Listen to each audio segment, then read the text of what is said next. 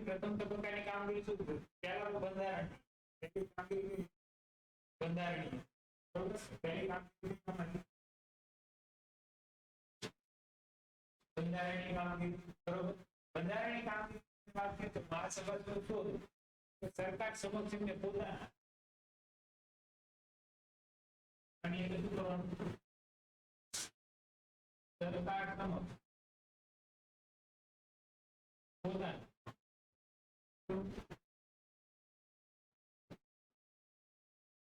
રાષ્ટ્રીય હકો બરોબર એ સિવાય ઠીક અને સામાજિક રાષ્ટ્રીય પણ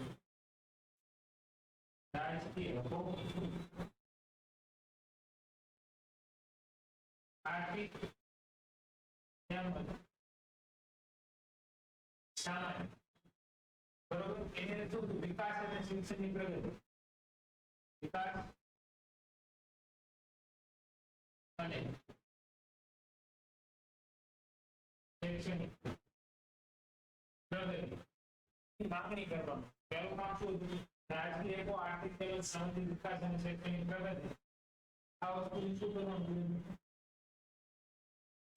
માંગણી કરવાની બરોબર આ માંગણી પહેલું બીજી વસ્તુ શું માંગણીની અંદર કે ભવિષ્યની લડત મજબૂત પાયો અહીંયા નાખવામાં આવ્યો ત્યારે અહીંયા માંગણી આજે માંગણી કરી ત્યારે સરકારે આનું શું કર્યું અવગણના કરી બરોબર આ માંગણીની શરૂઆત કરી સરકાર આ સરકારે અંગ્રેજ સરકારે શું કર્યું માંગણી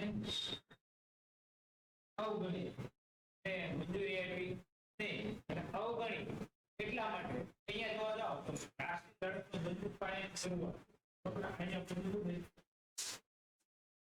રાષ્ટ્રીય લડત મજબૂત પાયાની શરૂઆત જો માંગણી સ્વીકારી લીધી તો કોઈ પણ પ્રકારનો કોઈ વિરોધ કરવાની જરૂર પડે નહીં સરકાર માંગણી સ્વીકારી લે અત્યારે જો પેન્શન યોજના સ્વીકારી લે તો તરત શિક્ષક લોકો જે અત્યારે પ્રચાર કરવા માટે નીકળે બધા કેવા થઈ જાય ભાઈ થઈ જાય ત્યારે શું કરે હાલ આપણે પેન્શન યોજના આપી દીધી આપણે વિરોધ કરવાની જરૂર નથી એટલે આ વસ્તુ બરોબર એ સિવાય વાત કરીએ તો સરકારી નોકરીની અંદર હિન્દીનું પ્રમાણ વધારે જેવી કે લશ્કરી સેવા અને મુલકી ખાતાનો ખર્ચ ઘટાડો બીજી વસ્તુ સરકારી નોકરીમાં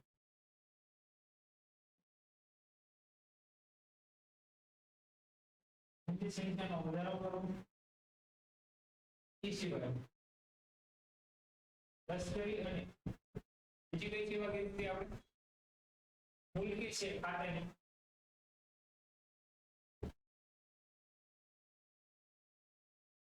મુલકી ખાતા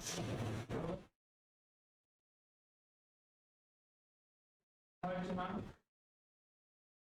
ઘટાડો આ એમને બધાની કામગીરી કરી કે આ વસ્તુને શું કરવાની દાખલ કરવાની એ સિવાય એમને દાખલ શું કર્યું ખેડૂતને દેવું માફ કરો માફ શું કરવાનું ખેડૂતને દેવું માફ કરવાની વાત ખેડૂતો લોકોને દેવા માફ કરે ને રાહત માફ કરવો આ કામગીરી પછી ગૃહ ઉદ્યોગ અને ફરીથી તમારે શું કરવાના હતા ચાલુ કરવાનું ગૃહ ઉદ્યોગ જીવન કરવાનું ગૃહ ઉદ્યોગ જીવન કરવાની કામગીરી કરવાની એ સિવાય આપણે કરીએ તો પછી એ ધારાસભાનો વિસ્તાર કરવાનો શાનો વિસ્તાર હતો ધારાગૃહ તેની અંદર 50% સભ્યો ચૂંટાયેલા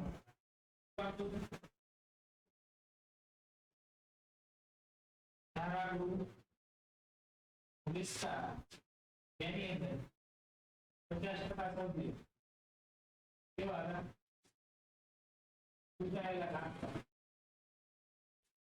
આવું નક્કી કરવાનું બરોબર જેના કારણે કારોબારી અને શક્ય એટલી ધારાસભાને જવાબદારી ગણાવે બરોબર ઠરાવ પસાર કરવામાં આવે મહાસભાની જરૂરિયાતને લીધે સરકારે અખબારો પર શું કર્યું નિયંત્રણ દૂર કર્યું એ પછી ધારાસભાની વાત આવે ત્યાં પછી ઠરાવ પસાર કરવાનો ઠરાવ પસાર કરવાનો કયા કયા ઠરાવ પસાર કરવાનો એની અંદર વ્યક્તિ સ્વતંત્ર પહેલા કઈ હતી? વ્યક્તિ સ્વાતંત્ર્ય આપવાનું સ્વાતંત્ર્ય.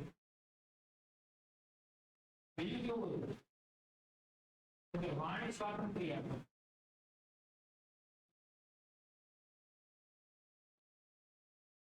બીજું કેવું હતું આપણે જે વાણી સ્વાતંત્ર્ય હતું આ બધાના કાયદા લેવાના. એ સિવાય વર્તમાન પત્ર અખબારી સ્વતંત્રતા અખબારી સ્વાતંત્ર્ય આ બધી એવા વસ્તુની માંગ કરવામાં આવી. શિક્ષિત વર્ગ જાગૃત કરવાનું કામ કરવામાં આવ્યું. બીજી વસ્તુ શું કરવામાં આવી? શિક્ષિત વર્ગને રાષ્ટ્રીય ચેતનાને જગાવી રાષ્ટ્રીય તાલીમ. બીજી વસ્તુ શિક્ષિત વર્ગમાં રાષ્ટ્રીય ચેતના જાગૃત કરવી. બરોબર? એને શું કરવાના? શિક્ષિત કરવાના રાષ્ટ્રમાન. બરોબર? સ્વાતંત્ર્ય સંગ્રામ માટે યોગ્ય નેતાઓ ત્યાંથી ભવિષ્યના સ્વાતંત્ર્ય સંગ્રામના યોગ્ય નેતાઓ આમાંથી મળી રહેશે. સ્વાતંત્ર્ય સંગ્રામ યોગ્ય નેતાઓ મળીએ. બરોબર? પછી આની શિક્ષણના માટે મળે. પછી આપણે વાત કરીએ તો કે ધીમે ધીમે આ વસ્તુથી સરકારને તકલીફ પડશે એવું લાગ્યું એટલે એમને શું કર્યું કે ડિવાઇડ એન્ડ રૂલ્સ ભાગલા પાડો અને રાજ કરો નીતિ. કઈ નીતિ? ભાગલા પાડો રાજ.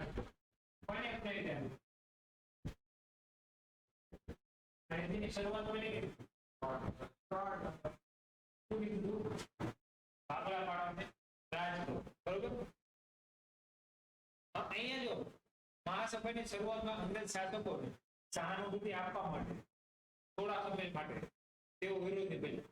બરોબર? મહાસભાની સ્થાપના શરૂઆતમાં શાસકોને સહાનુભૂતિ ધરાવતા પહેલા એવું લાગ્યું કે હિન્દુ રાષ્ટ્ર શું કરે? સહાનુભૂતિ ધરાવે છે. પછી થોડા સમયમાં પાછા એને શું થઈ જાય? વિરોધી કે આ વસ્તુ થઈ નહીં શકે. એટલે આ કામ કર્યું. પહેલા શું કર્યું?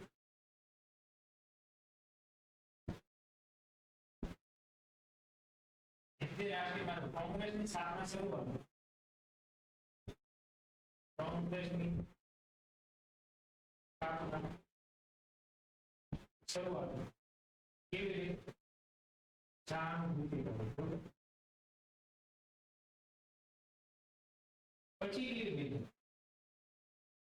વિરોધી. કોને? વિરોધી. બરોબર? વિરોધી બની ગઈ. આ સમય જોઈએ તો કોંગ્રેસના દિવાળીની શરૂઆતમાં સરકારી અધિકારીઓ હાજર રહ્યા. પહેલા શરૂઆતમાં કોંગ્રેસના દિવાળીના જે સરકારી અધિકારી હતા એ હાજર રહ્યા. અને ધીમે ધીમે અહીંયા વિરોધ થવા માંડ્યો. અહીંયા અધિકારી થવા માંડ્યા.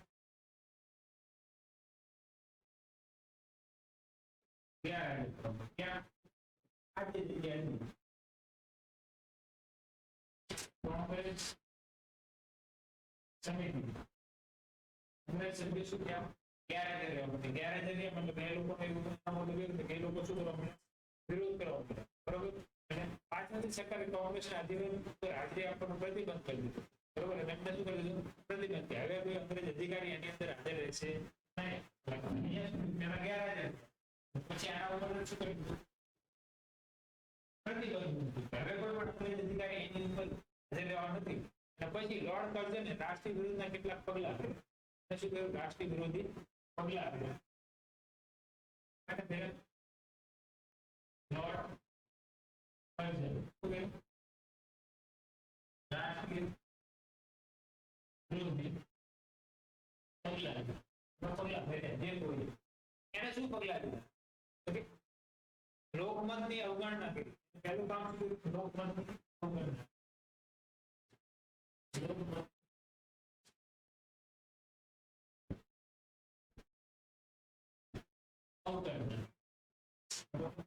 બીજી વસ્તુ ભાગલા પાડો રાજ કરો. બીજી વસ્તુ શું કરી? ભાગલા પાડો છે રાજ. બંગાળનું એને 1905 માં શું કર્યું? વિભાજન. 1905 બંગાળનું વિભાજન. અહીંયા બંગાળનું વિભાજન થયું 1905 માં.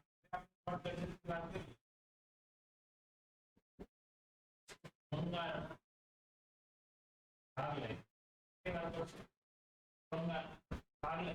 જો બંગાળ એ હિન્દનો સૌથી મોટો પ્રાંત હતો. એ સમયમાં શું હતો? સૌથી મોટો પ્રાંત.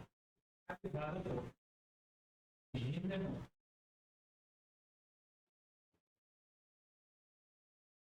સૌથી મોટો પ્રાંત હતો. બરોબર?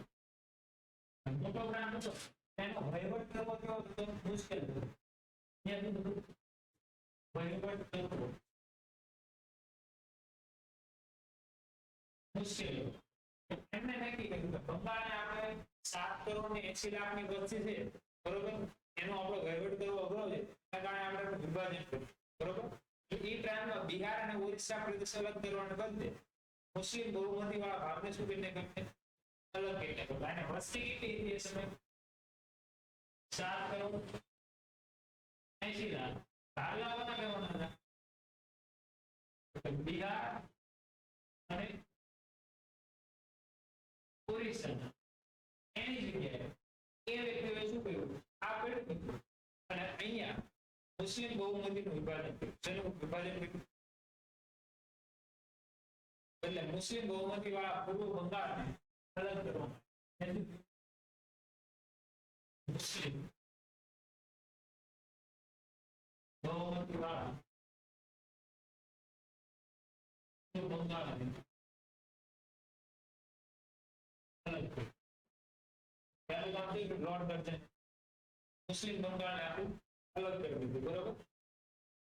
બંગાળ તે સૌથી વધુ જાગૃત પ્રાંત હતો. એ સમયમાં તો સૌથી વધારે જાગૃત સૌથી વધારે જાગૃત એ સમયમાં રાષ્ટ્રીય અધીનતા માટે સ્વરાષ્ટ્ર મેળવવા માટે સૌથી વધારે અહીંયાથી લોકો જોડાયેલા હતા. બરોબર? પછી વાત કરીએ કે લોર્ડ કર્જને અહીંયા મુસ્લિમની બહુમતીને અલગ કરી હિન્દુ મુસ્લિમમાં શું કર્યું? કોમન કર્યો. અહીંયા લોર્ડ કર્જન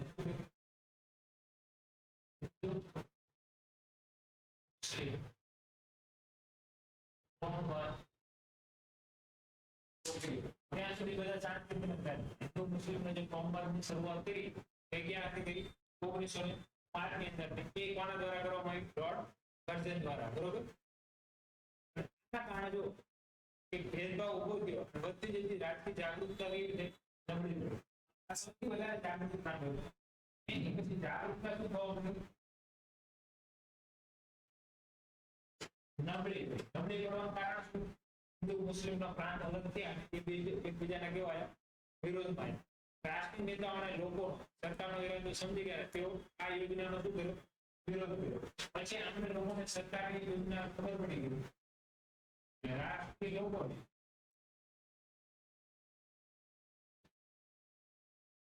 સરકારની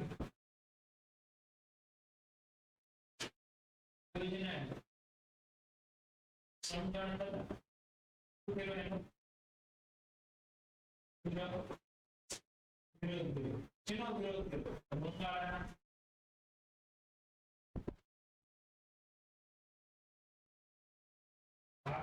બંગાળના ભાગલાનો શું કર્યો? એમને વિરોધ કર્યો.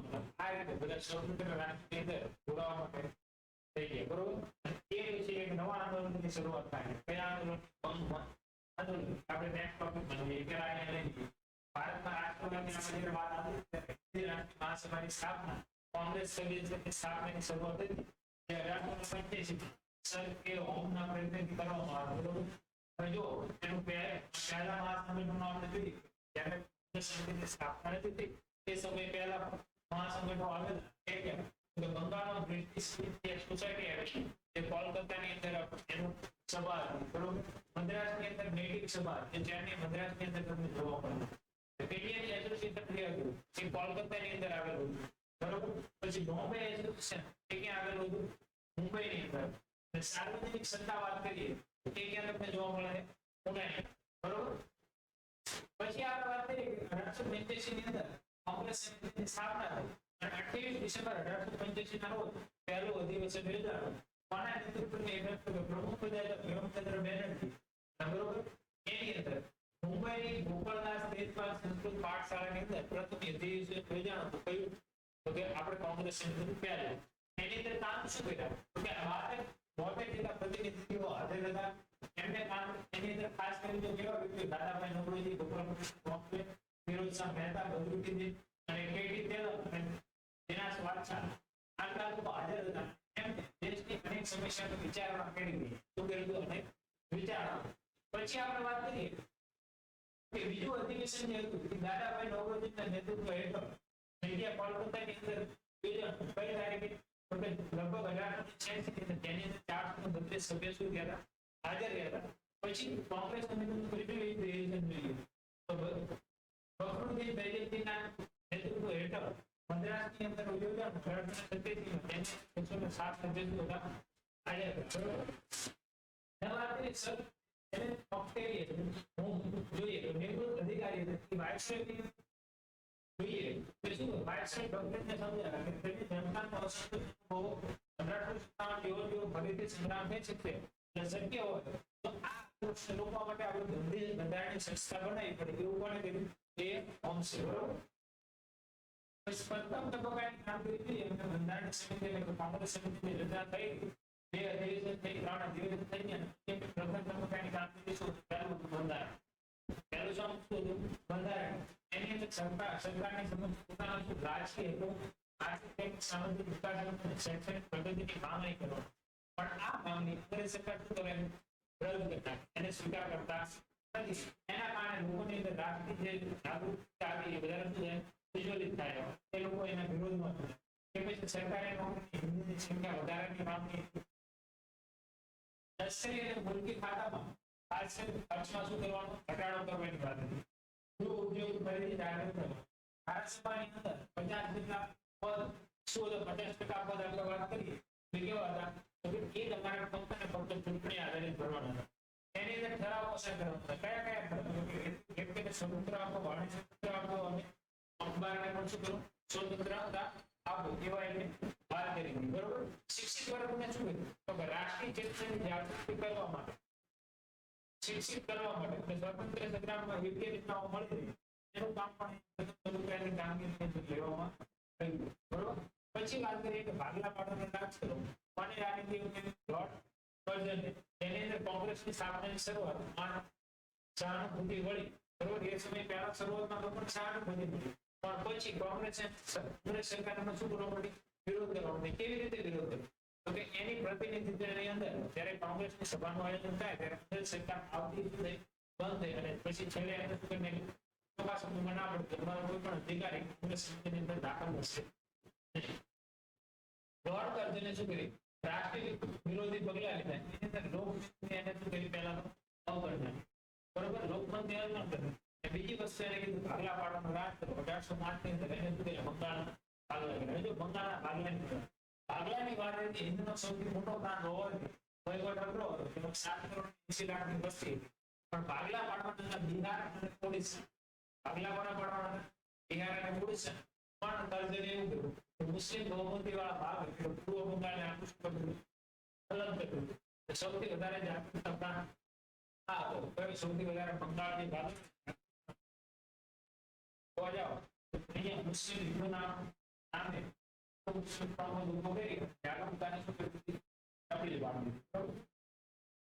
રાષ્ટ્રીય લોકોને સરકારી યોજનાની સમજણ થઈ એનો ઉગ્ર વિરોધ કર્યો પછી બધા ભારતીય રાષ્ટ્રવાદની અંદર જોડાણ થયા, બરોબર. થઈ ગયું.